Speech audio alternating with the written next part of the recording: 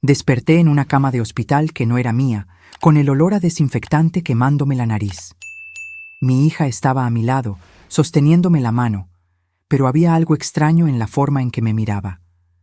No era preocupación, era culpa. Tardé 3 días en descubrir que, mientras yo estaba sedada recuperándome de una cirugía sencilla, ella había vaciado mi cuenta bancaria, vendido mi departamento y me había ingresado en un asilo sin mi consentimiento. Mi nombre es Irma Soto. Tengo 60 años y esta es la historia de cómo mi propia hija intentó robarme todo lo que construí en toda una vida de trabajo. Pero antes de continuar, checa si ya estás suscrito al canal y escribe en los comentarios. ¿Desde dónde estás viendo este video? Nos encanta saber hasta dónde están llegando nuestras historias. Todo comenzó con un dolor en la rodilla. Nada grave, solo una artrosis que me había estado molestando durante algunos meses. Mi médico, el doctor Almaraz, que me atiende desde hace 15 años, recomendó una artroscopia simple, procedimiento de rutina, recuperación rápida, estaría en casa en 2 días. Le expliqué todo a mi hija Lorena por teléfono. Ella vive en Monterrey. Yo vivo en la Ciudad de México, así que no nos vemos tan seguido como me gustaría. Mamá, no puedes hacer esa cirugía sola, me dijo, con ese tono preocupado que también conocía. Voy a pedir unos días de vacaciones y me quedo contigo. Me alegré. Lorena siempre estaba demasiado ocupada con el trabajo, con su novio, con su vida. Tener a mi hija cerca, aunque solo fuera por una cirugía, me calentó el corazón. Llegó 2 días antes del procedimiento. 32 años, guapa, siempre bien vestida. Trabaja en marketing digital, o eso era lo que me decía. Trajo flores, me llevó a cenar, platicamos de todo, menos de las cosas que realmente importaban. El día de la cirugía, Lorena estuvo a mi lado cuando entré al quirófano. Recuerdo sostener su mano mientras la anestesia comenzaba a hacer efecto. Tranquila, ma, yo me encargo de todo, me susurró. Sonreí sintiéndome segura. Mi hija estaba ahí. ¿Qué podría salir mal? Desperté no en unas horas como esperaba, sino 3 días después. Lo primero que noté fue la confusión en mi cabeza. Parecía que tenía algodón llenándome el cerebro. Mis piernas estaban pesadas, mi boca seca. Intenté llamar a alguien, pero mi voz salió débil, casi inaudible. Una enfermera apareció. Joven con una sonrisa profesional. Doña Irma, qué bueno que despertó. ¿Cómo se siente? ¿Qué pasó?, pregunté, todavía tratando de ordenar mis pensamientos. ¿Por qué estoy tan confundida? Tuvo una reacción a la anestesia. Tuvimos que mantenerla sedada por más tiempo de lo normal, pero ya todo está bien. Reacción a la anestesia. Eso no tenía sentido. Ya me habían hecho otras cirugías antes y nunca había tenido problemas. Pero estaba tan cansada, tan desorientada, que no pude cuestionar. Lorena entró al cuarto justo después, con esa misma mirada extraña que mencioné al principio. Preocupación mezclada con algo más. Algo que no podía identificar. «Ma, me diste un susto», dijo, besándome la frente. «Los médicos dijeron que tuviste complicaciones. Tu corazón se aceleró durante la cirugía. Tuvieron que estabilizarte». ¿Complicaciones? ¿Mi corazón? El doctor Almaraz no había mencionado nada sobre riesgos cardíacos. Intenté hacer preguntas, pero Lorena cambió de tema rápidamente. «Lo importante es que ya estás bien. Tienes que descansar. Yo me encargo de resolver todo mientras te recuperas». ¿Resolver qué?, quería preguntar, pero las palabras no salían. Mis ojos se cerraron de nuevo y caí en un sueño profundo y sin sueños. Los días siguientes, todo parecía borroso. Enfermeras entraban y salían. Lorena siempre estaba cerca, pero nunca a solas. A veces estaba con ella un hombre de traje, que me sonreía pero nunca se presentaba. Intentaba preguntar quién era, pero mi lengua se sentía demasiado pesada para formar frases completas. «Es solo el licenciado que está viendo unos documentos por ti, ma. Nada de qué preocuparse», decía Lorena, dándome una palmadita en la mano. ¿Licenciado? ¿Qué documentos? Yo no había pedido ningún licenciado, pero antes de que pudiera protestar, otra ola de somnolencia me invadía. Más tarde, descubrí que me estaban medicando con sedantes mucho más allá de lo necesario. Me mantenían dócil. Me mantenían quieta. Me mantenían incapaz de hacer preguntas. Cuando finalmente pude permanecer despierta por más de unas horas seguidas, me di cuenta de que algo andaba muy mal. Le pedí mi bolso a Lorena. Necesito ver mi celular. Necesito llamar a algunas personas. Ma, tu celular se rompió. Se te cayó cuando tuviste las complicaciones. Te compré uno nuevo, pero todavía lo estoy configurando. Me mostró un aparato barato, de esos de prepago, completamente diferente al smartphone que yo tenía. Por ahora, usa el teléfono del hospital si necesitas llamar a alguien. Algo en su tono me alertó. Lorena, ¿qué está pasando? Nada, ma. Te estás recuperando. Es normal sentirse paranoica después de una cirugía. Los médicos dijeron que puede pasar. ¿Paranoica? Me estaba llamando paranoica. Intenté sentarme, pero mi cuerpo todavía estaba débil. Quiero hablar con el doctor Almaraz. Ya no está a cargo de tu caso. Después de las complicaciones, llamamos a un especialista, el doctor Ferrer. Es excelente. Doctor Ferrer. Un nombre que nunca había escuchado. Un médico que yo nunca había elegido. Sentí un escalofrío en la espalda, pero estaba demasiado débil para luchar. Demasiado débil para hacer las preguntas correctas. Así que hice lo único que podía hacer en ese momento: observar. Y cuanto más observaba, más me daba cuenta de que me estaban manteniendo en un estado de dependencia deliberadamente. Las dosis de medicación eran demasiado altas. Las visitas estaban controladas. Lorena decía que no estaba lo suficientemente bien para recibir a nadie. Mi celular estaba roto. Mis documentos estaban siendo organizados. Mi casa estaba siendo cuidada. Al quinto día, una auxiliar de enfermería diferente entró en mi cuarto. Mayor, con ojos amables y una sonrisa genuina. Se llamaba Carmen y sería la primera persona en tratarme como un ser humano y no como una paciente incapaz. Doña Irma, se ve muy bien hoy, dijo mientras revisaba mis signos vitales. ¿Cómo se siente? Confundida, admití.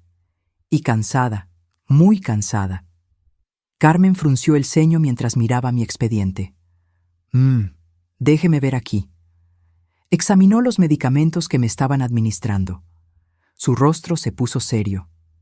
Doña Irma, le están dando mucho sedante. Más de lo que sería normal para una recuperación de artroscopia.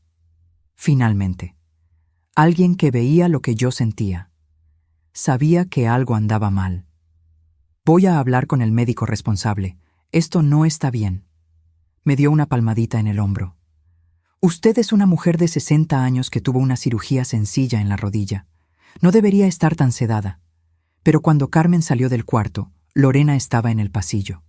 Las vi platicar.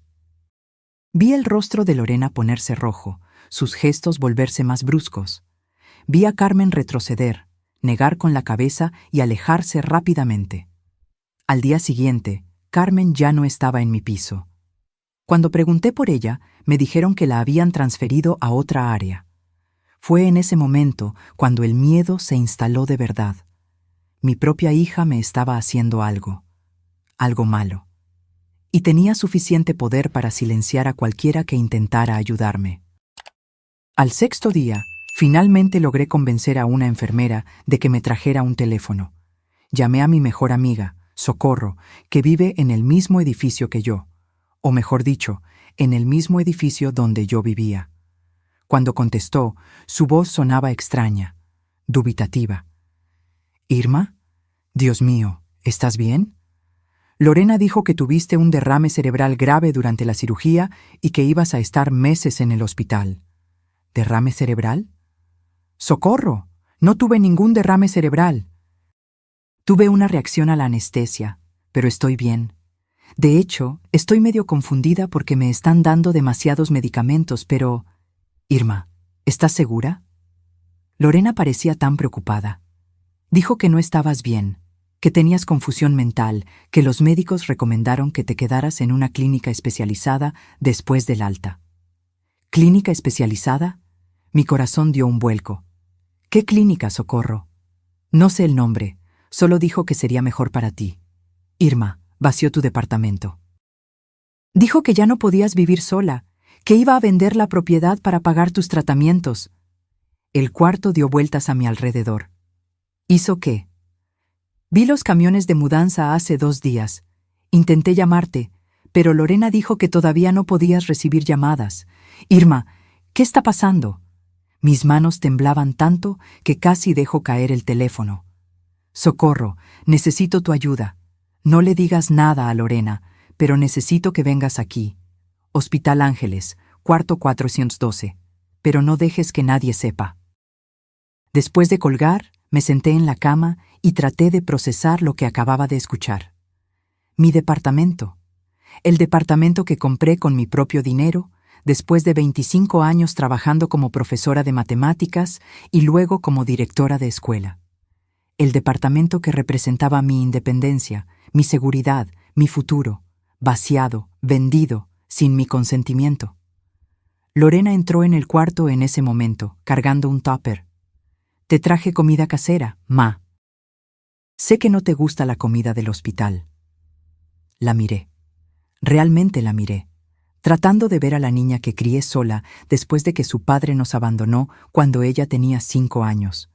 La niña a la que llevaba a la escuela en bicicleta porque no teníamos dinero para el autobús. La niña a la que le hacía fiestas de cumpleaños con pasteles hechos en casa porque no podíamos pagar una. La niña a la que ayudé a pagar la universidad, trabajando en 2 empleos para que no tuviera que endeudarse. Pero todo lo que veía ahora era una extraña. Una extraña con los ojos de mi hija, pero con un corazón que no reconocía. Lorena, ¿qué hiciste con mi departamento? Se congeló. Por un segundo, su máscara se resbaló y vi algo que parecía culpa. Pero luego se recompuso. Ma, ya habíamos hablado de esto. Tú estuviste de acuerdo. Yo no estuve de acuerdo con nada. Estuve sedada los últimos días. Firmaste los documentos antes de la cirugía. ¿No te acuerdas? Tomó un folder que estaba sobre la silla. Aquí está todo. Poder notarial, autorización para la venta de la propiedad, indicación de tutor legal temporal debido a tu condición de salud.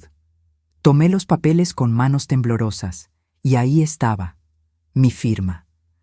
Pero no recordaba haber firmado nada de eso. ¿Cuándo firmé esto? El día antes de la cirugía. Estabas nerviosa, ¿no te acuerdas? Dije que era solo una precaución, por si algo pasaba. Forcé mi memoria. El día antes de la cirugía, Lorena me había llevado a cenar. Habíamos bebido vino, bastante vino, ahora que lo pienso. Me había dicho algo sobre documentos, sobre ser precavida. Había firmado algunas cosas, confiando en ella, mi hija. ¿Por qué no iba a confiar? Esto es un fraude, susurré. Me hiciste firmar esto sin que yo entendiera lo que era. Ma, estás confundida por los medicamentos. Sabías exactamente lo que estabas firmando. Yo estaba tratando de protegerte. ¿Protegerme robándome mi departamento? Su voz se volvió más fría. No robé nada, me diste autorización. Y francamente, ma, ya te estás haciendo mayor. 60 años, viviendo sola, rechazando ayuda. Era cuestión de tiempo para que tuvieras otro problema de salud. Alguien tenía que tomar las riendas. ¿Otro problema de salud? Como si la artrosis en la rodilla fuera un signo de demencia. Quiero que me devuelvas todo, ahora. No puedo hacer eso. Ya vendí el departamento. El dinero se está usando para pagar tus tratamientos. Se inclinó más cerca. Ma, tienes que aceptar que ya no puedes vivir sola. Encontré una excelente casa de retiro para ti. Bonita vista, personal calificado. Te va a gustar. ¿Casa de retiro? Lorena, tengo 60 años. No necesito una casa de retiro. El doctor Ferrer no está de acuerdo. Cree que, dada tu condición, necesitas cuidados especializados. ¿Qué condición? Me operé la rodilla. Suspiró como si estuviera lidiando con una niña terca. Ma, tuviste un derrame cerebral durante la cirugía. Afectó tu cognición. El doctor Ferrer documentó todo. La confusión, la paranoia, las acusaciones sin fundamento. Son signos clásicos de deterioro cognitivo. Sentí como si me hubieran dado un golpe en el estómago. Estaba construyendo una narrativa.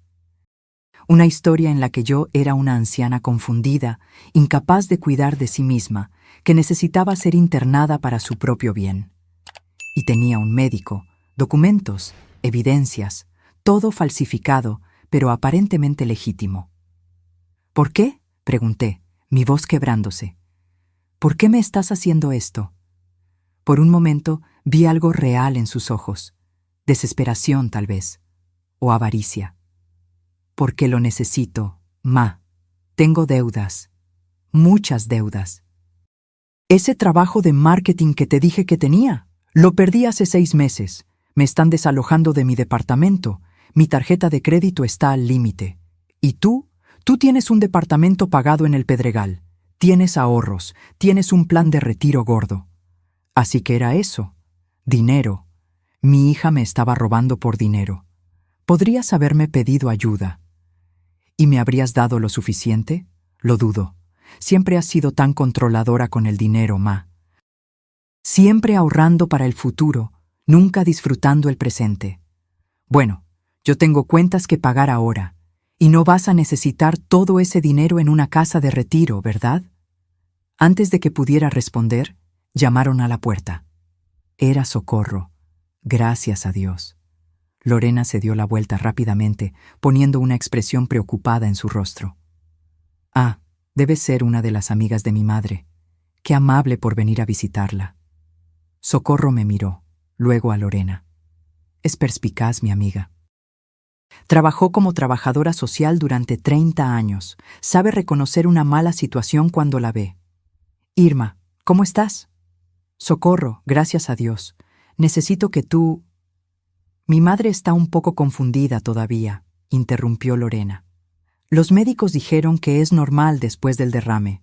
Puede decir cosas que no tienen sentido. Socorro ignoró a Lorena por completo. Se acercó a mi cama y me sostuvo la mano. Irma, ¿estás bien? ¿Te están tratando adecuadamente? No, respondí, mi voz firme a pesar del miedo. Me están drogando en exceso. Mi hija vendió mi departamento sin mi consentimiento real. Está tratando de meterme en una casa de retiro. Socorro, me está robando. Lorena se puso roja. Mamá, estás delirando de nuevo. Lamento que tengas que ver esto, le dijo a Socorro. Como dije, el derrame afectó su cognición. Irma no parece confundida para mí, dijo Socorro fríamente. De hecho, parece bastante lúcida. Incluso más lúcida de lo que debería estar si realmente hubiera tenido un derrame cerebral. Usted no es doctora, replicó Lorena. No, pero trabajé con cientos de pacientes con derrame cerebral, y Irma no presenta ninguno de los signos típicos. Socorro se volvió hacia mí. Irma, ¿quieres que llame a alguien? ¿Un licenciado, tal vez? Sí, respondí de inmediato. Por favor. Lorena dio un paso adelante. Usted no tiene autoridad aquí. Yo soy la tutora legal de mi madre. Cualquier decisión pasa por mí. ¿Tutora legal? Socorro arqueó una ceja. ¿Basada en qué? ¿Un poder notarial que probablemente obtuviste de forma fraudulenta?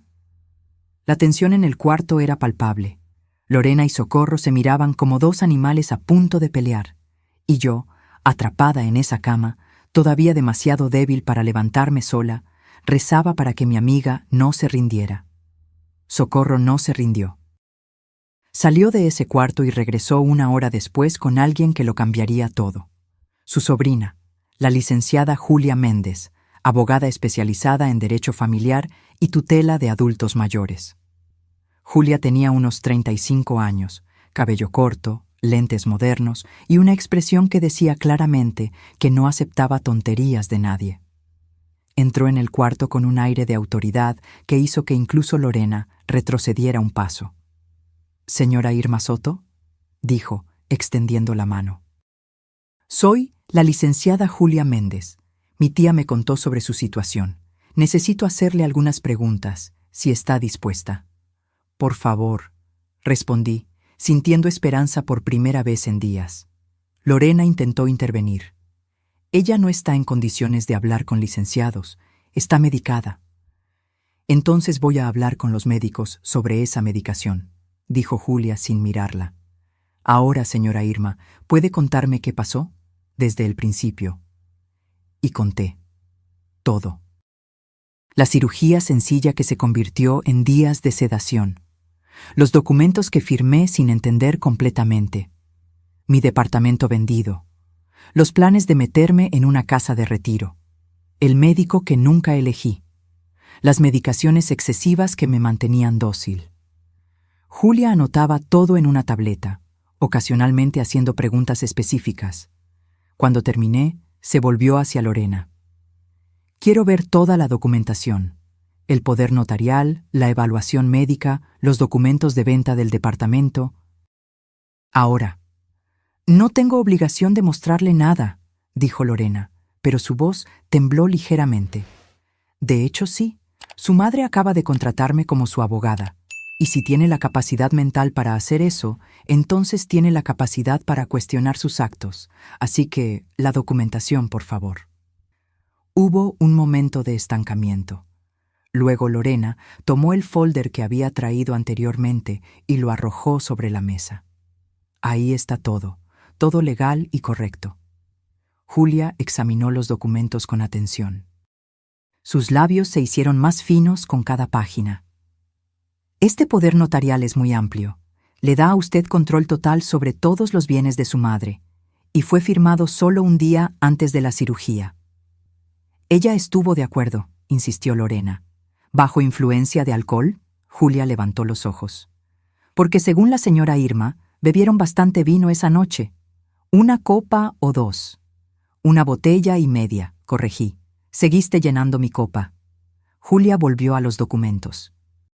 Y esta evaluación médica del doctor Ferrer, diagnóstico de demencia vascular y deterioro cognitivo severo, basado en ¿una consulta de 20 minutos? Miró a Lorena con incredulidad. Este diagnóstico normalmente requiere múltiples exámenes, evaluaciones neuropsicológicas, estudios de imagen. El doctor Ferrer es altamente calificado. Estoy segura de que sí.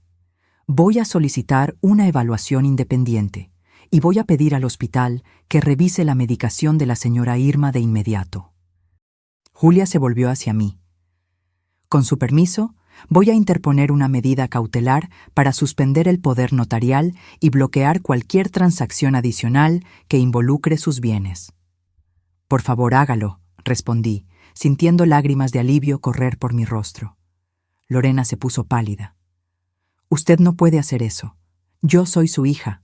Yo tengo derechos.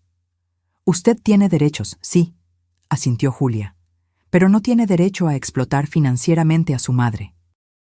Y eso es exactamente lo que parece estar sucediendo aquí. Lorena me miró con una mezcla de rabia y desesperación. Ma, por favor, sabes que solo quiero lo mejor para ti. Si quisieras lo mejor para mí, no me habrías robado, respondí, mi voz más firme de lo que esperaba. Vete, Lorena, no te quiero aquí.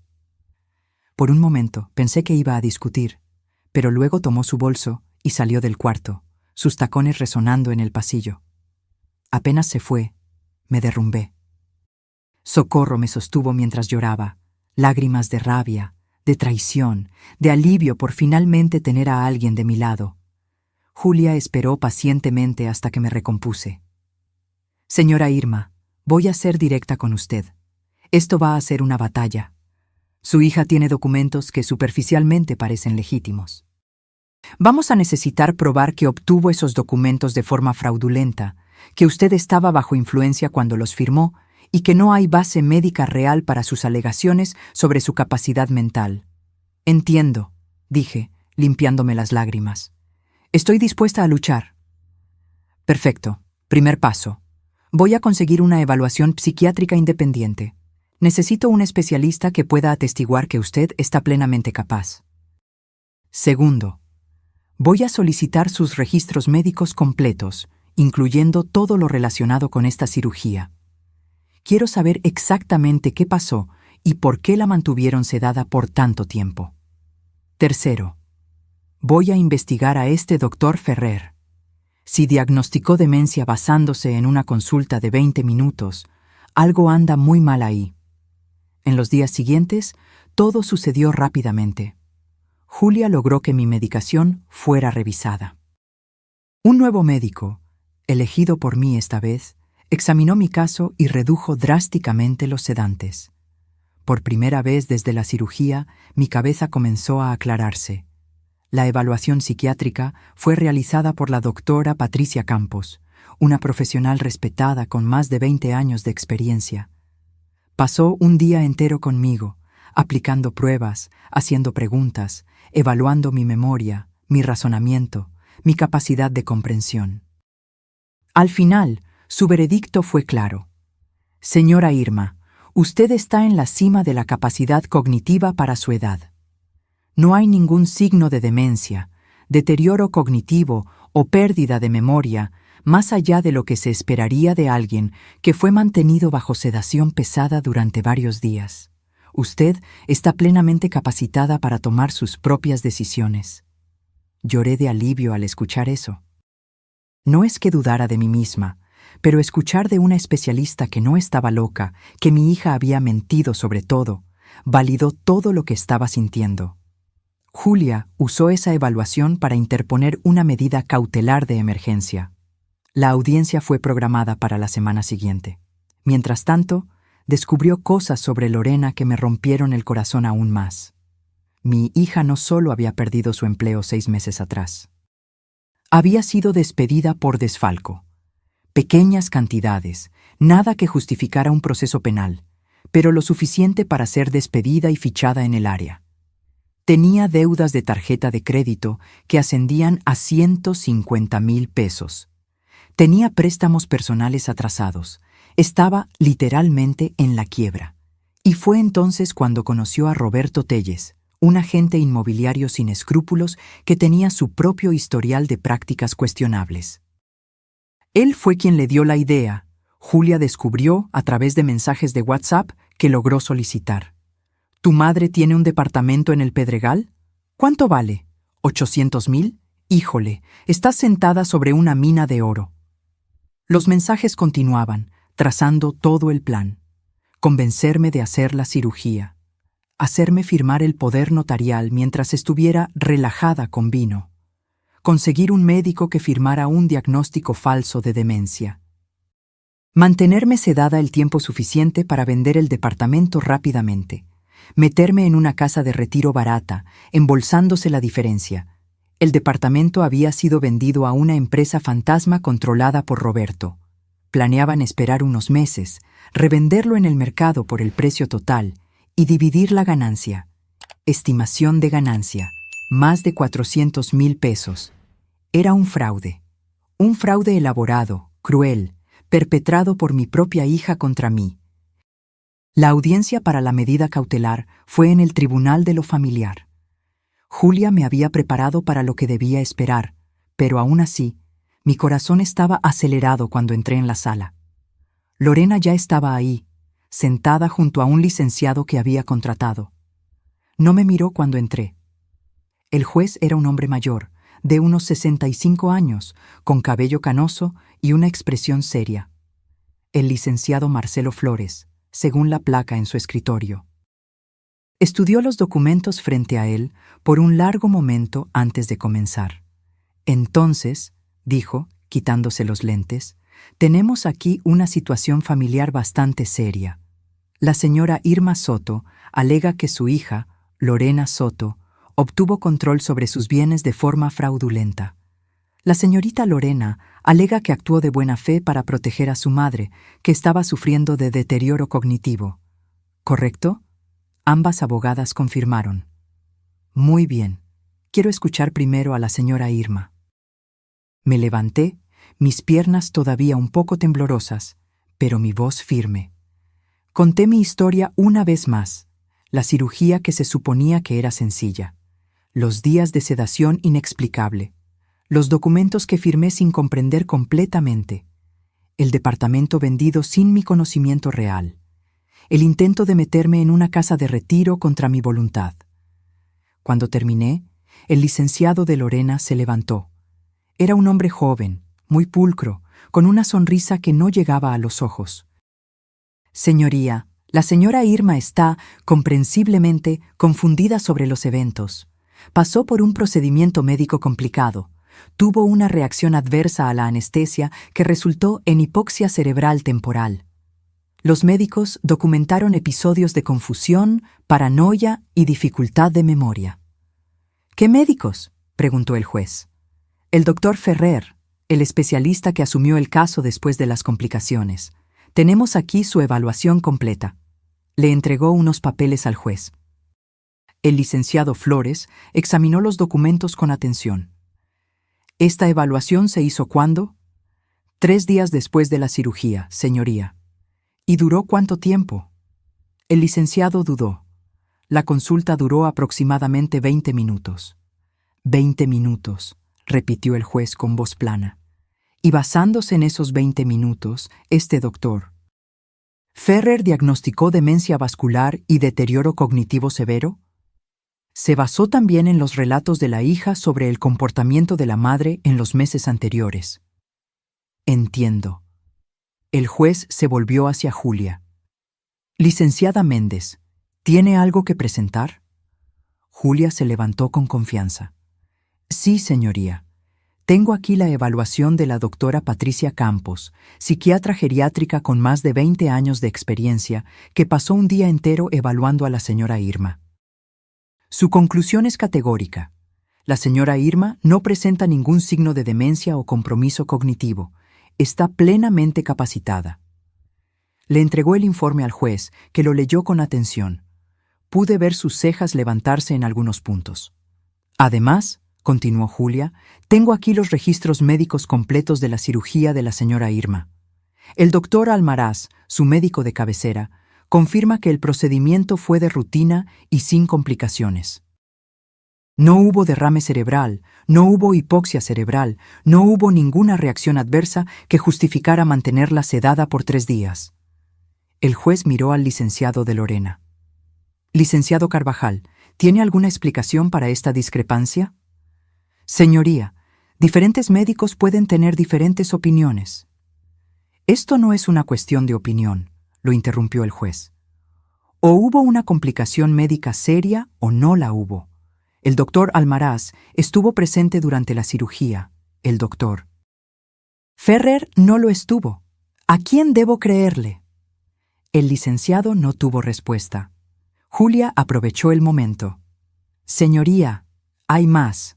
Conseguimos acceso a los mensajes intercambiados entre la señorita Lorena y un tal Roberto Telles, agente inmobiliario. En esos mensajes queda claro que había un plan deliberado para asumir el control de los bienes de la señora Irma. Entregó copias impresas de los mensajes. El juez las leyó, su rostro poniéndose cada vez más serio.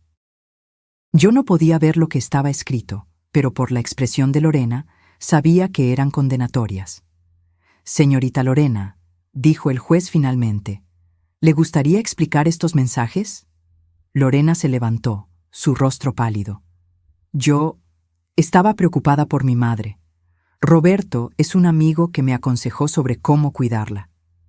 Tu madre está sentada sobre una mina de oro, leyó el juez de uno de los mensajes. Eso no suena a preocupación maternal, suena a avaricia. Yo no quise decir. Necesitamos actuar rápido antes de que cambie de opinión, leyó otro. Manténla medicada hasta que resolvamos todo. Señorita Lorena, esto es mucho más que preocupación. Esto es conspiración para cometer fraude. El silencio en la sala era ensordecedor. Lorena abrió y cerró la boca varias veces, pero no salió ninguna palabra.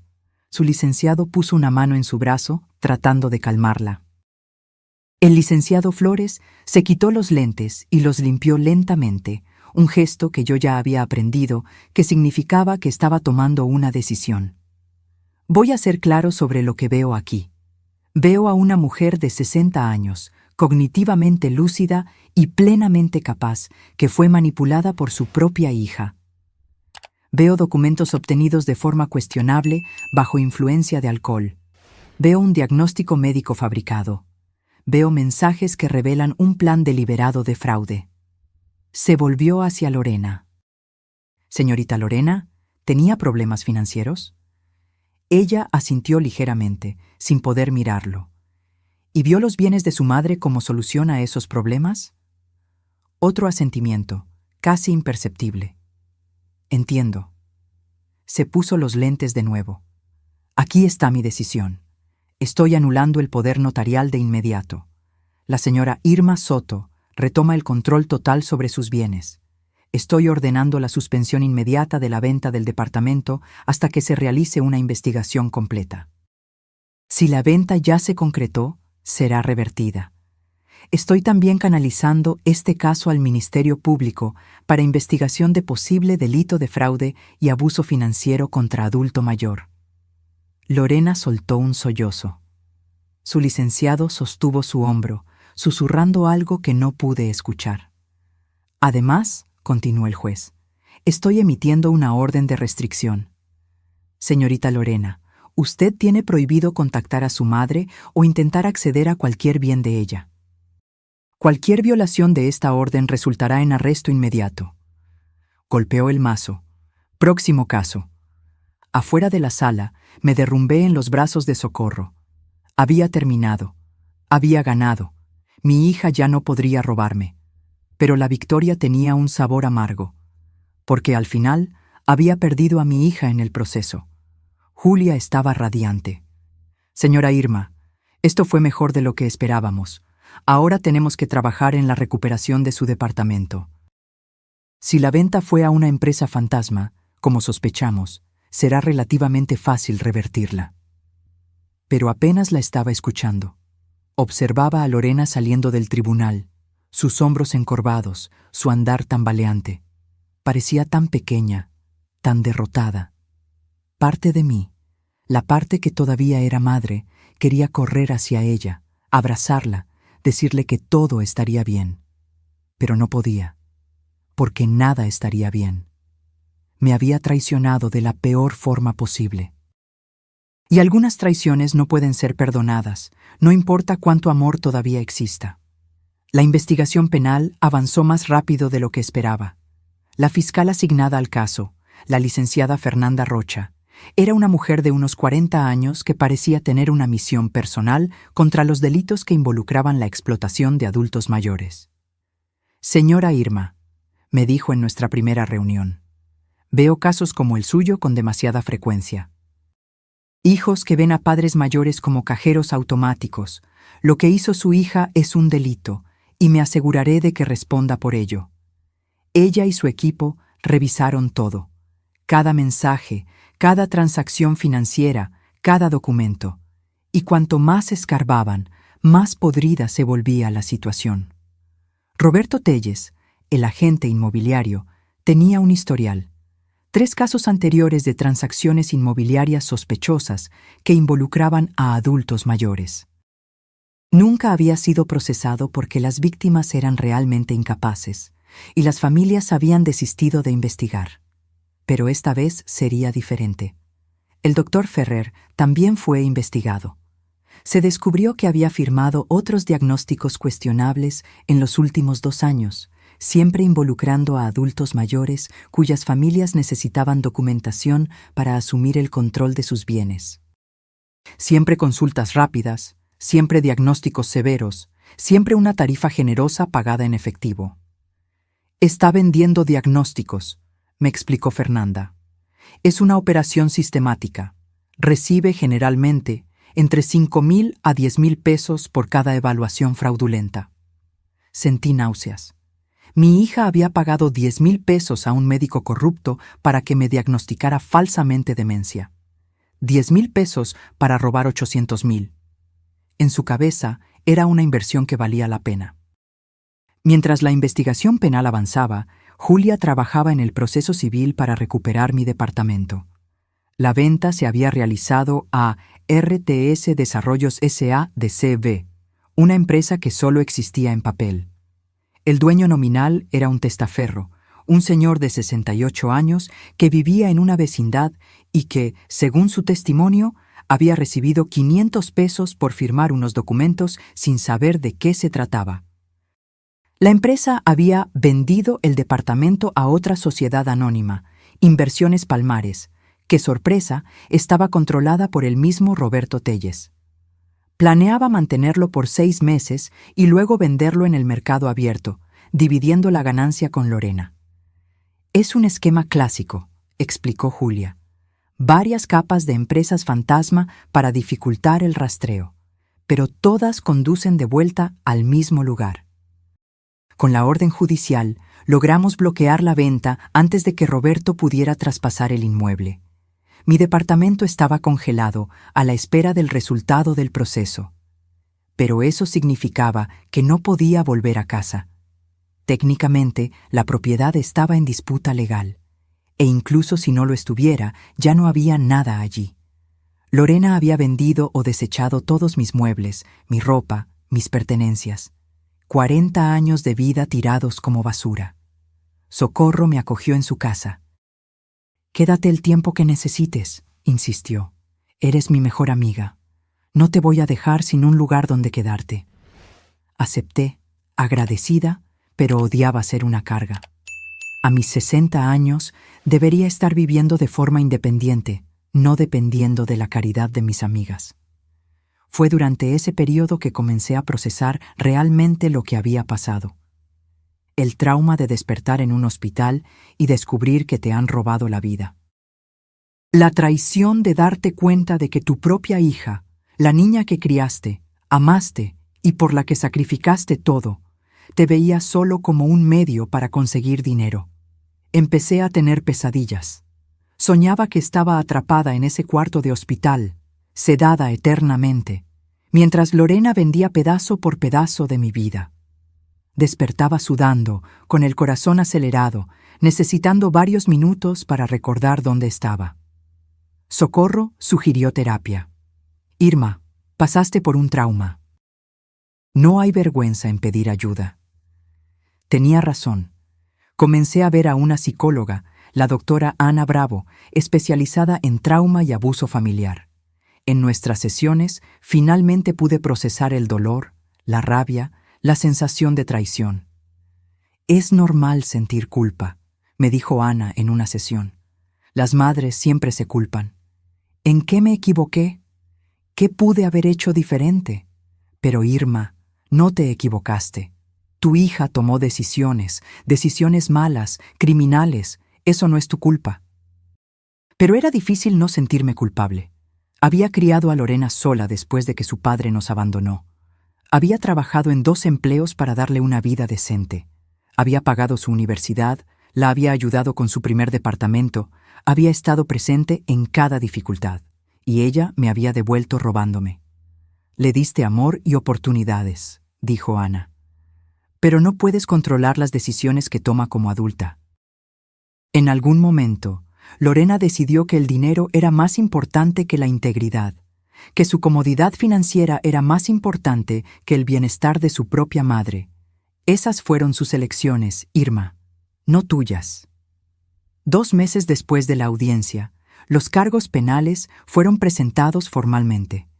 Lorena: fraude calificado, falsificación de documento particular, abuso financiero contra adulto mayor. Roberto: fraude, asociación delictuosa, falsedad ideológica. El doctor: Ferrer: ejercicio ilegal de la medicina, por hacer diagnósticos sin base, asociación delictuosa, falsedad ideológica. Cada uno enfrentaba de 3 a 8 años de prisión, además de multas cuantiosas. Lorena intentó llamarme cuando fue notificada de los cargos. Julia me había advertido que eso podría suceder. Va a intentar apelar a tus emociones, va a llorar, pedir perdón, prometer que ha cambiado, pero recuerda, solo está arrepentida porque la atraparon. Cuando mi celular sonó y vi su nombre en la pantalla, mis manos temblaron. Durante un largo momento, consideré contestar. escuchar su voz, darle una oportunidad de explicar. Pero luego recordé despertar en ese hospital. Recordé descubrir que mi casa había sido vendida. Recordé los mensajes entre ella y Roberto, planeando fríamente cómo robarme. Recordé al médico corrupto que pagó para diagnosticarme falsamente. Dejé que la llamada fuera al buzón de voz. Dejó un mensaje. Lo escuché más tarde, esa noche, sola en el cuarto de visitas de Socorro. Ma, por favor, contesta el teléfono. Sé que estás enojada y tienes todo el derecho. Pero, por favor, déjame explicar. Estaba desesperada. No sabía qué hacer. Roberto dijo que sería fácil, que ni siquiera te darías cuenta, que de todas formas sería mejor para ti. Sé que estuvo mal. Lo sé. Pero, por favor, no dejes que me encierren. Soy tu hija. Por favor, Ma, retira los cargos. Podemos resolver esto en familia. Por favor. Su voz se quebró al final, sollozos audibles entre las palabras. Era la voz de mi hija pequeña, de la niña que corría a mis brazos cuando se lastimaba, que me llamaba en medio de la noche cuando tenía pesadillas. Lloré al escuchar ese mensaje. Lloré por mi hija, por la persona que pudo haber sido pero eligió no ser. Lloré por nuestra relación, que estaba destruida más allá de cualquier reparación. Lloré por la ingenuidad de haber confiado en ella tan completamente. Pero no le devolví la llamada, y no retiré los cargos. 3 meses después de que comenzara toda esta pesadilla, finalmente logré recuperar mi departamento. La jueza que presidía el caso civil fue rápida y decisiva. La venta era fraudulenta, basada en documentos obtenidos ilegalmente, por lo tanto, nula. El departamento volvió a mi nombre. Cuando Julia me dio la noticia, sentí un alivio inmenso, pero también un pavor. Porque eso significaba que tendría que volver a ese espacio, ahora vacío, despojado de todo lo que lo hacía un hogar. Socorro fue conmigo el día que recogí las llaves de nuevo. Abrimos la puerta juntas y entramos en el silencio absoluto. El departamento estaba exactamente como Socorro había descrito, completamente vacío. Ni una cortina en las ventanas, ni una lámpara en los candelabros. Solo paredes desnudas y pisos vacíos que hacían eco de nuestros pasos. Caminé por las habitaciones en estado de shock. La sala donde Socorro y yo veíamos películas los viernes por la noche. La cocina donde le enseñé a Lorena a hacer arroz con leche cuando tenía 6 años. El cuarto donde pasé noches en vela cuando estaba enferma. La oficina donde corregí miles de exámenes de matemáticas a lo largo de los años. Todo vacío, todo muerto. Me senté en el suelo de la sala y lloré. Socorro se sentó a mi lado, pasando su brazo por mis hombros, dejándome desahogarme. Me quitó todo, sollocé. No solo el departamento, me quitó mi historia, mis recuerdos, mi vida. No, dijo Socorro con firmeza. Tus recuerdos están aquí, tocó mi frente, y aquí, tocó mi corazón. Te quitó tus pertenencias, Irma, pero no puede quitarte quién eres. Me tomó semanas comenzar a amueblar el departamento de nuevo. Julia había conseguido una indemnización temporal de 50,000 pesos de las cuentas bloqueadas de Roberto para ayudarme a empezar de nuevo. Era irónico usar el dinero del estafador para reparar lo que él había ayudado a destruir. Fui a tiendas de muebles usados, tianguis, liquidaciones. Compré lo esencial primero: una cama, un sofá, una mesa. Cada artículo nuevo era una pequeña victoria, un paso hacia la normalidad. Pero la casa se sentía extraña, como si estuviera visitando el departamento de otra persona. Las amigas de Socorro hicieron una cooperacha y me regalaron un juego de ollas, platos y cubiertos. Mis excompañeras de la escuela donde trabajé durante 25 años se reunieron y me obsequiaron un televisor. Vecinos que apenas conocía aparecieron con toallas, sábanas, pequeños electrodomésticos. La amabilidad de estas personas, muchas de ellas casi extrañas, me conmovió profundamente. Mi propia hija me había robado, pero la comunidad a mi alrededor me estaba ayudando a reconstruir. Mientras tanto, el proceso penal avanzaba. Roberto fue el primero en llegar a un acuerdo. Confesó todo a cambio de una sentencia reducida. 3 años de prisión, de los cuales cumpliría 1 año y medio en régimen cerrado, el resto en abierto. También tuvo que devolver todo el dinero que había ganado con el esquema y pagar una multa cuantiosa. El doctor Ferrer también llegó a un acuerdo. Perdió su licencia médica permanentemente, fue condenado a 2 años en régimen semiabierto y tuvo que pagar indemnización no solo a mí, sino a otras 3 víctimas de sus diagnósticos fraudulentos que fueron identificadas durante la investigación. Lorena fue la única que se negó a llegar a un acuerdo. Su licenciado creía que tenía una oportunidad en el juicio conjurado, argumentando que actuó por preocupación genuina por mi salud, aunque de forma equivocada. Que los mensajes con Roberto fueron malinterpretados, que nunca tuvo la intención de lastimarme. El juicio fue programado para 6 meses después de los cargos. Durante ese tiempo tuve que decidir si quería testificar. Parte de mí no quería. No quería enfrentar a mi hija en un tribunal, contarles a extraños los detalles de nuestra tragedia familiar, revivir todo públicamente. Pero la fiscal Fernanda fue clara. Su testimonio es crucial, Irma. Usted es la víctima. El jurado necesita escuchar de usted lo que pasó, cómo se sintió, el impacto que esto tuvo en su vida. Sin usted, el caso se vuelve mucho más difícil. Así que estuve de acuerdo. Testificaría contra mi propia hija. La terapia con Ana Bravo me ayudó a prepararme. Practicamos lo que diría, cómo me mantendría en calma bajo presión, cómo no dejaría que el licenciado de la defensa me desestabilizara. Recuerda, me dijo Ana, estás contando tu verdad. No tienes que justificarte, no tienes que explicarte, solo cuenta lo que pasó. 1 semana antes del juicio, Lorena intentó verme. Apareció en mi edificio, pero el portero, instruido por Julia, no la dejó subir. Se quedó en la banqueta por horas, mirando hacia mis ventanas. Yo la observé desde arriba, escondida detrás de la cortina, viendo a mi hija parecer tan perdida y desesperada. Parte de mí quería bajar, hablar con ella, escuchar lo que tenía que decir. Pero Julia había sido clara. Cualquier contacto podría comprometer el caso. Y además, ¿qué podríamos decirnos realmente que cambiara algo? Finalmente se fue cuando comenzó a llover. La observé caminar lentamente por la banqueta, sin paraguas, dejando que la lluvia la empapara por completo. Parecía una figura de un cuadro trágico, una mujer completamente derrotada por sus propias elecciones. Esa noche no pude dormir. No dejaba de pensar en todos los buenos recuerdos que teníamos. Lorena a los 5 años, haciéndome dibujos en la escuela. A los 10, ganando su primer premio de ensayo y corriendo para mostrármelo. A los 15, llorando en mi regazo después de su primer desengaño amoroso. A los 22, graduándose de la universidad, agradeciéndome en su discurso por haber hecho todo posible. ¿A dónde había ido esa niña?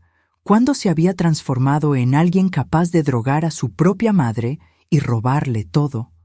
Tal vez la respuesta era simple. La avaricia es una fuerza poderosa. Cuando te estás ahogando en deudas, cuando ves una solución fácil frente a ti, cuando alguien como Roberto te está diciendo al oído que todo está bien, que tu madre ni siquiera se va a dar cuenta, que de todas formas es por su bien. Tal vez es fácil convencerse de que estás haciendo lo correcto. Pero no estaba bien. Nunca estuvo bien. Y ahora ambas tendríamos que vivir con las consecuencias. El día del juicio amaneció frío y lluvioso. Julia pasó por mi casa a las 7 de la mañana para recogerme. «¿Cómo estás?», preguntó mientras conducíamos hacia el juzgado. «Aterrada», admití. «No sé si puedo hacer esto». «Puedes», dijo con convicción. «Ya pasaste por la parte más difícil, Irma. Despertar en ese hospital y descubrir lo que había pasado. Luchar para recuperar tu vida. Esto es solo el último paso». El tribunal estaba más lleno de lo que esperaba. Algunas de mis amigas habían venido a apoyarme, incluida Socorro, que estaba sentada en la primera fila, y me dio una sonrisa alentadora cuando entré. Algunas excompañeras de la escuela también estaban presentes. Al otro lado del pasillo vi a Lorena por primera vez en meses. Había adelgazado drásticamente. Su rostro estaba pálido, con ojeras profundas. Llevaba un traje sencillo, muy diferente de la ropa de marca que solía usar. Cuando nuestros ojos se encontraron, abrió la boca como si fuera a decir algo, pero desvié la mirada rápidamente. La jueza, la licenciada Carla Rodríguez, era una mujer severa de unos 50 años. Leyó los cargos con voz clara y firme: fraude calificado, falsificación de documento, abuso financiero contra adulto mayor. Cada cargo conllevaba años de prisión potencial. El licenciado de la defensa, el licenciado Pablo Mendoza, comenzó su argumento inicial pintando a Lorena como una hija preocupada que cometió errores de juicio. Mi clienta amaba a su madre, todavía la ama. Vio a su madre envejecer, viviendo sola, y se preocupó. Tal vez fue demasiado lejos en sus intentos de protegerla. Tal vez tomó decisiones equivocadas, pero eso no es un delito, es amor mal dirigido. ¿Amor mal dirigido? Las palabras me enfurecieron. No había nada de amor en drogarme y robarme. Fernanda, la fiscal, fue más directa. Lo que tenemos aquí no es amor, es avaricia pura y simple. Lorena Soto estaba en bancarrota. Debía más de 150,000 pesos. Vio el departamento de su madre como solución a sus problemas financieros y conspiró con otras personas para robar ese departamento, usando medios fraudulentos y manteniendo a su madre sedada para impedirle reaccionar. Eso no es amor, eso es un delito. Los testigos fueron llamados uno por uno. El doctor Almaraz, mi médico original, testificó que la cirugía fue de rutina y sin complicaciones, que no había razón médica para mantenerme sedada por 3 días, que se alarmó cuando se enteró del diagnóstico de demencia porque yo siempre había sido su paciente más lúcida y activa.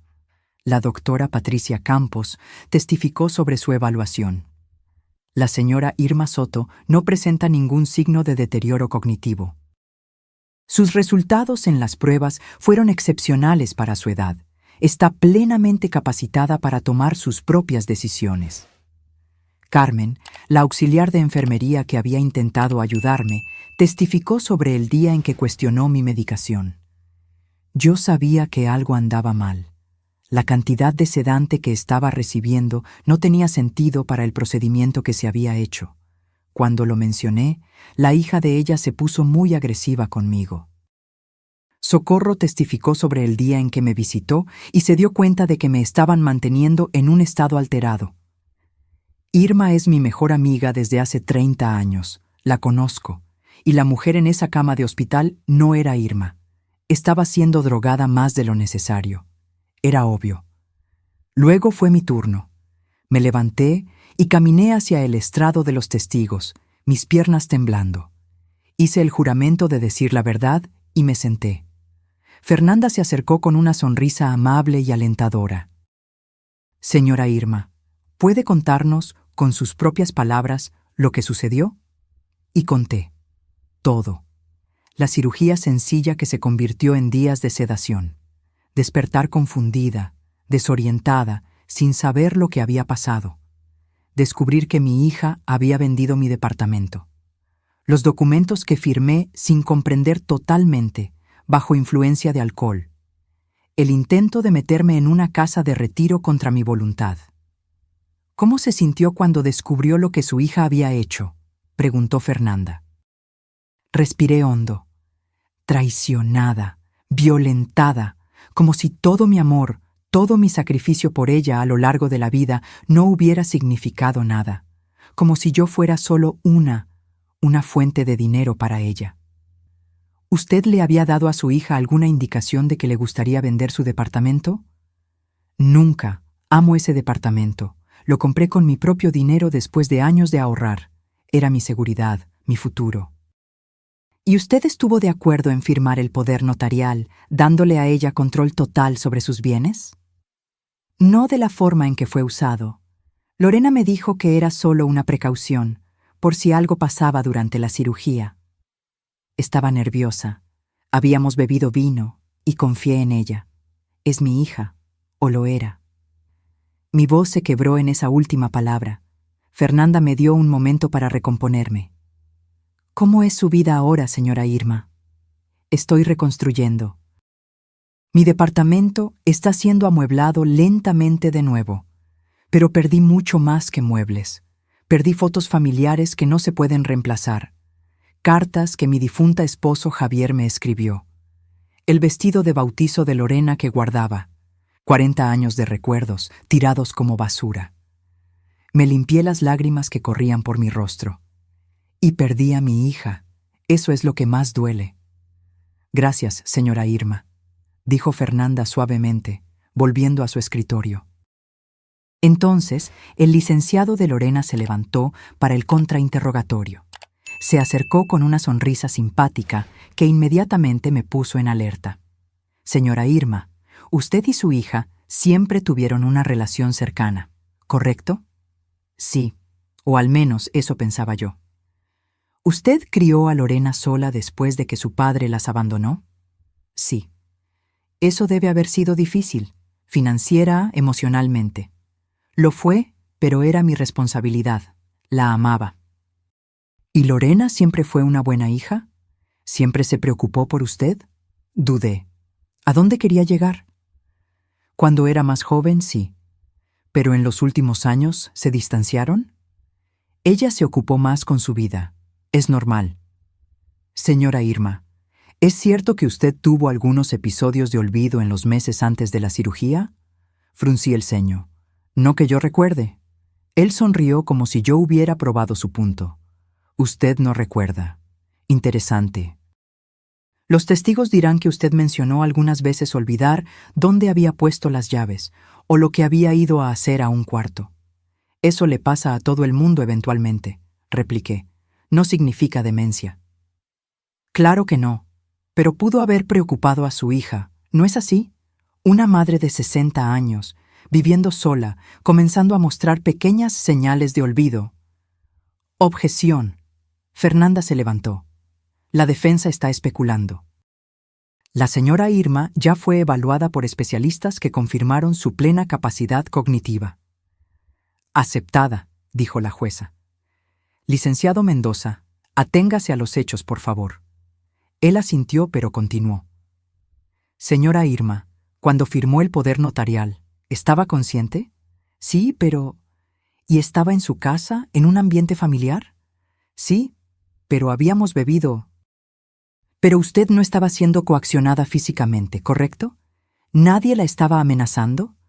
No, pero mi hija manipuló la situación.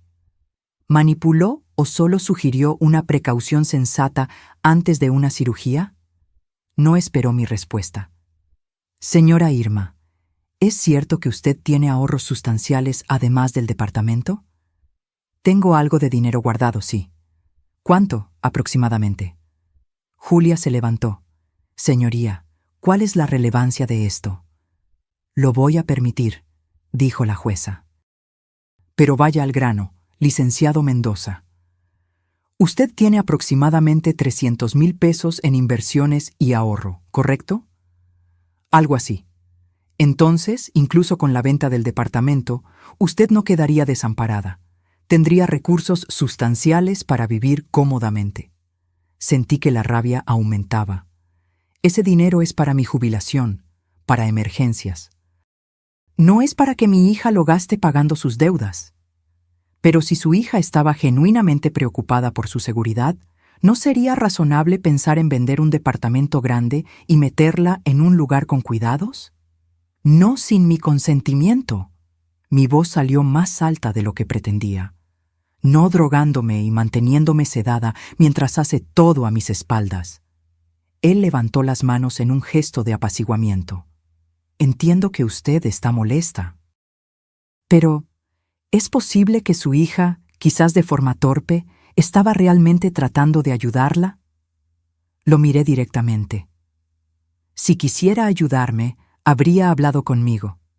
Habría sido honesta sobre sus dificultades financieras.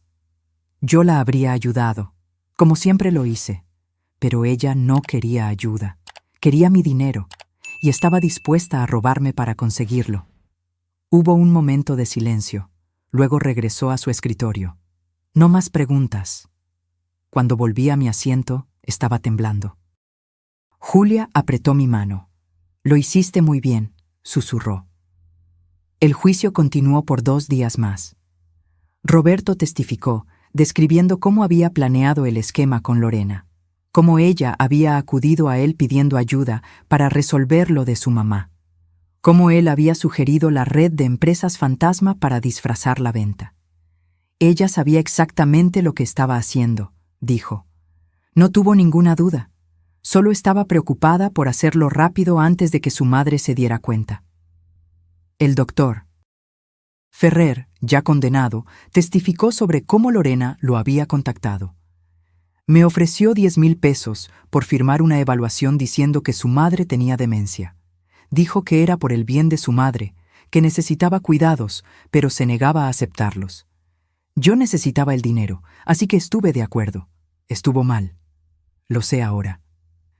Finalmente, fue el turno de Lorena de testificar. Subió al estrado de los testigos con pasos lentos, como si cada movimiento le costara un esfuerzo inmenso.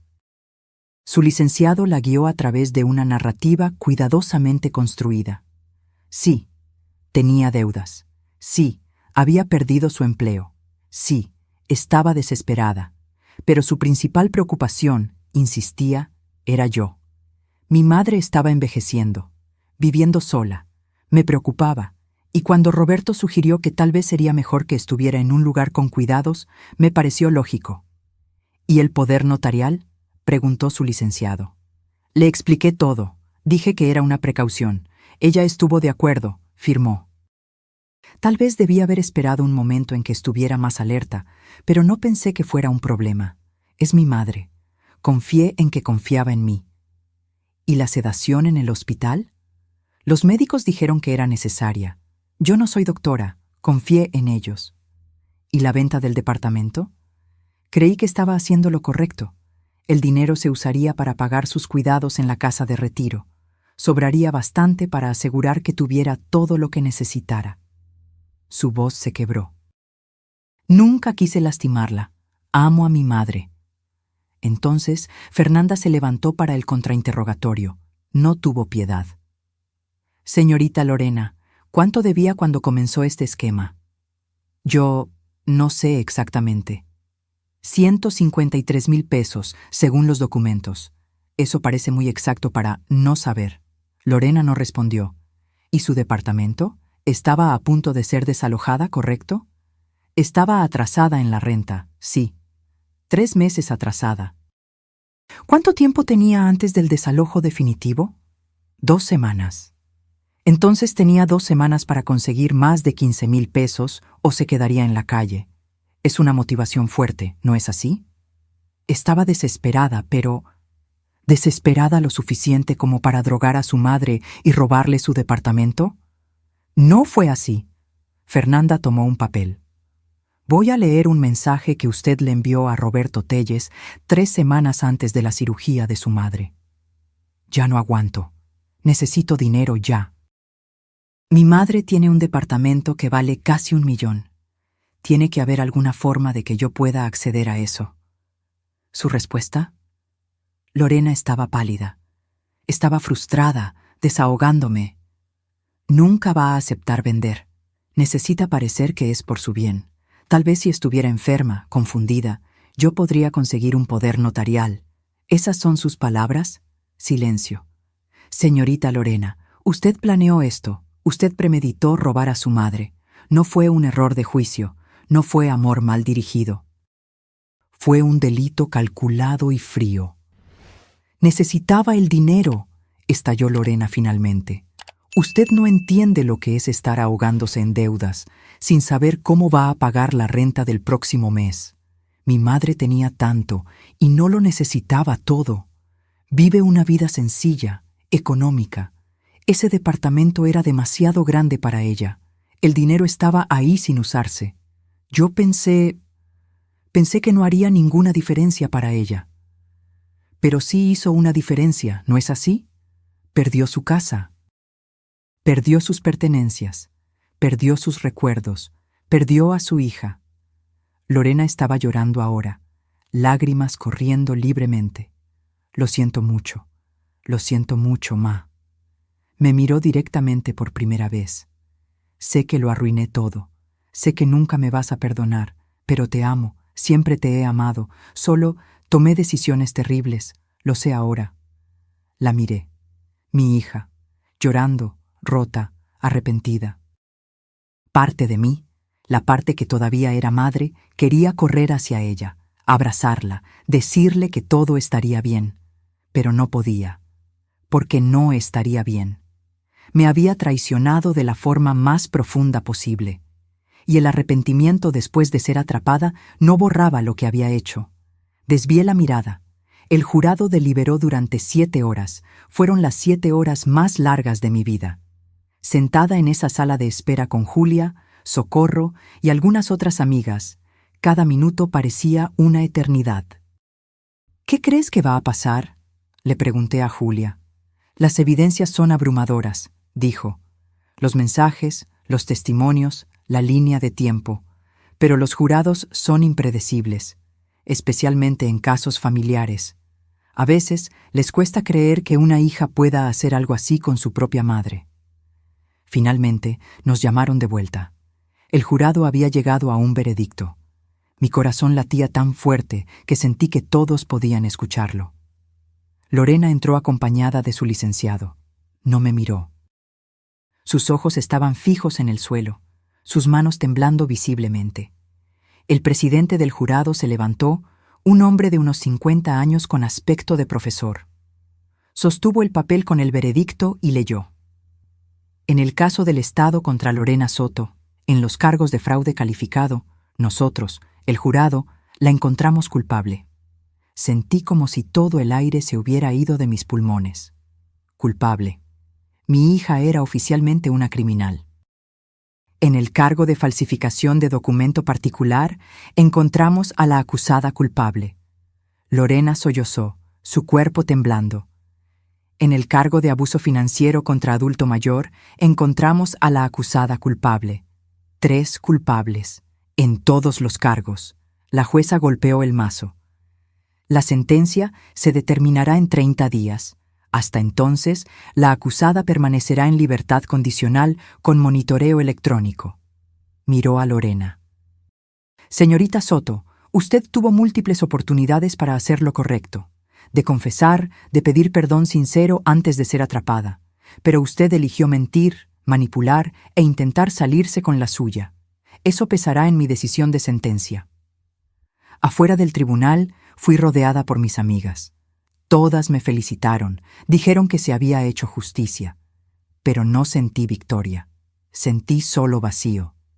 ¿Irma? Escuché una voz detrás de mí. Era Lorena. Había logrado zafarse de su licenciado y corrió hacia mí antes de que la seguridad pudiera detenerla. Por favor, solo dame un minuto. Julia comenzó a intervenir, pero levanté la mano. Está bien. Lorena y yo nos alejamos un poco del grupo. Estaba llorando, su rostro manchado de maquillaje. Ma, sé que no merezco nada de ti, sé que lo arruiné todo, pero quería que supieras que mi arrepentimiento es real, no porque me atraparon, sino porque me di cuenta de lo que te hice, lo que te quité. Me quitaste todo, Lorena, respondí, mi voz sorprendentemente tranquila. Mi casa, mis recuerdos, mi dignidad, mi hija. Lo sé, y cargaré con eso por el resto de mi vida. Se secó las lágrimas. No estoy pidiendo perdón, sé que no lo merezco. Solo quería que supieras que lo siento, de verdad. La miré por un largo momento, tratando de ver a la niña que crié en esa mujer rota frente a mí. Lorena, espero que uses el tiempo en prisión para pensar en quién quieres ser. Porque la persona en la que te convertiste, no la reconozco. Yo tampoco, susurró. Fue la última vez que hablamos. 30 días después, fue sentenciada a 5 años de prisión, con posibilidad de libertad condicional después de 3. No apeló. Simplemente aceptó su sentencia y desapareció en el sistema penitenciario. En los meses que siguieron, reconstruí mi vida lentamente. Mi departamento volvió a parecer un hogar. No el mismo de antes, nunca sería el mismo, pero un nuevo hogar. Con nuevos muebles, nuevas decoraciones, nuevas memorias creándose. Comencé a hacer trabajo voluntario, enseñando matemáticas a adultos en un programa de alfabetización. Era gratificante, me daba propósito. Me recordaba por qué me convertí en profesora en primer lugar, no por el dinero, sino por la alegría de ver a alguien entender algo nuevo. Hice nuevas amigas a través del voluntariado, personas que no sabían nada de mi pasado, de mi hija, de lo que había pasado. Para ellas, yo era solo Irma, profesora jubilada a la que le gustaba ayudar. Socorro siguió siendo mi roca. Cenábamos juntas 2 veces por semana, veíamos películas, viajamos a la playa algunos fines de semana. Nunca me presionó para hablar de Lorena, pero siempre estuvo ahí cuando necesitaba desahogarme. Ana Bravo, mi terapeuta, me ayudó a procesar el trauma. Pasaste por una traición profunda, me dijo en una sesión. Y la traición familiar es la peor de todas porque viola la que debería ser la relación más segura que tenemos. Te tomará tiempo volver a confiar plenamente en alguien. Tenía razón. Descubrí que me costaba aceptar ayuda, incluso de amigas cercanas. Siempre sospechando de motivos ocultos, siempre preguntándome qué quería la gente realmente. Era una forma de protección, lo entendía, pero también una prisión. Poco a poco, aprendí a bajar las defensas de nuevo, a confiar, aunque con cautela. A creer que no todas las personas eran como Lorena, que la mayoría de la gente era genuinamente buena. Un año después del juicio, recibí una carta. Era de Lorena, de la prisión. Me quedé mirando el sobre durante 1 hora, antes de atreverme a abrirlo. Dentro, páginas y páginas con su letra, contando sobre su vida en prisión, sobre las clases que estaba tomando, sobre la terapia que estaba recibiendo. Estoy aprendiendo sobre mí misma, Ma, escribió. Sobre las decisiones que tomé, los valores que perdí en algún lugar del camino. No te estoy pidiendo que me perdones. Solo quería que supieras que estoy tratando de convertirme en una mejor persona. La persona que intentaste criar. No respondí a la carta. No estaba lista. Tal vez nunca lo estaría. Pero la guardé, en un cajón, junto con las pocas fotos de ella que pude recuperar o reconstruir. Porque, al final, todavía era mi hija. Todavía la amaba, de una manera complicada y dolorosa. Pero el amor no significaba que tenía que permitirle volver a mi vida. El amor no significaba que tenía que perdonar lo imperdonable. Hoy, a mis 62 años, estoy reconstruida. No la misma persona que era antes. Esa mujer murió en ese cuarto de hospital. Pero una versión más fuerte, más sabia, más cautelosa. Aprendí que la familia no es solo sangre, es elección. Las personas que eligen quedarse a tu lado, que te apoyan sin querer nada a cambio, que celebran tus victorias y te sostienen en las derrotas, esa es tu verdadera familia. Aprendí que puedes amar a alguien y aún así establecer límites, que el perdón no es obligatorio, no importa lo que diga la sociedad, que tu paz mental vale más que mantener relaciones tóxicas, incluso con parientes. Aprendí que ser adulto mayor no significa ser invisible o impotente. Que 60 años no es ser viejo, no es ser incompetente, no es ser desechable. Que tengo derechos, tengo voz, tengo valor. Y aprendí que sobrevivir no es suficiente. Merezco prosperar, merezco alegría, merezco una vida plena, incluso después de todo lo que pasó. Así que eso es lo que estoy haciendo. Viviendo. No solo existiendo a la sombra de lo que me hicieron, sino realmente viviendo, haciendo planes, haciendo nuevas amistades. Incluso considerando adoptar un perro, algo que siempre quise pero que Lorena siempre dijo que era demasiado trabajo. Mi nombre es Irma Soto. Tengo 62 años. Soy profesora jubilada, sobreviviente de abuso financiero familiar y alguien que se negó a ser víctima de su propia vida. Si estás pasando por algo similar, si alguien de tu familia está intentando manipularte, robarte, tratarte como si tu competencia y dignidad no importaran simplemente porque estás envejeciendo, por favor, ten esto en cuenta. Tienes derechos, tienes valor, tienes fuerza. No dejes que nadie te convenza de lo contrario, ni tus hijos, ni tus nietos, ni esa voz en tu cabeza que te dice que deberías perdonar porque son familia. Protégete, lucha por ti y recuerda, no estás sola. Hay personas que te van a apoyar, licenciados que te van a defender, sistemas que existen para protegerte. Úsalos. No tengas vergüenza, no sientas culpa. No hiciste nada malo al confiar en alguien que debería ser digno de confianza. Y debes saber que, al otro lado de esa batalla, hay vida. Hay un nuevo comienzo. Hay la posibilidad de alegría de nuevo. Te lo mereces. Todos lo merecemos.